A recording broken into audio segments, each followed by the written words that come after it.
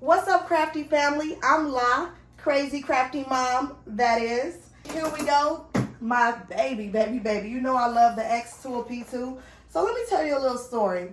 So I started off with the xTool M1. I bought that around December time frame, and I was trying to cut acrylic and realized that you could really only cut a select few different colors, and that right there caused me to sell that, and I went ahead and got the xTool P2. I'm actually working on something right now. Take a look.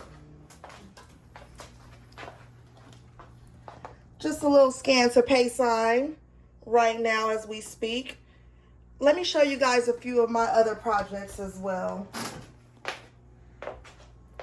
We have a Beauty is Pain mirror. This lovely wedding sign. Look at that. My girl says she need a little sign for her kid, and that's what she got. The crazy crafty mom. And just a little sign for a wedding couple that I appreciated and made this for them. I need to give it to them.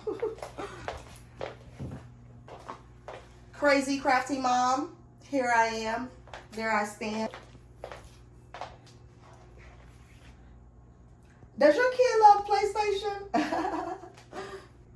Peppa Pig. What kid didn't love Peppa Pig the last few years?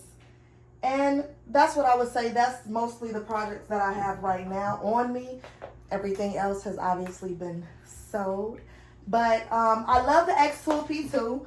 I went through Google, like searching. I did a lot of reviews and watched a lot of people. I watched people like Dead Mom with the Laser, Justin Laser, Monkey Woodworks, a few different other ones, and I went through, should I get an xTool or Glowforge? I was not sure, but I went with the xTool. I trusted this baby, and it has been good to me ever since January. I have had this. My business is going up, and I'm very happy to have xTool in my life. Thank you, guys.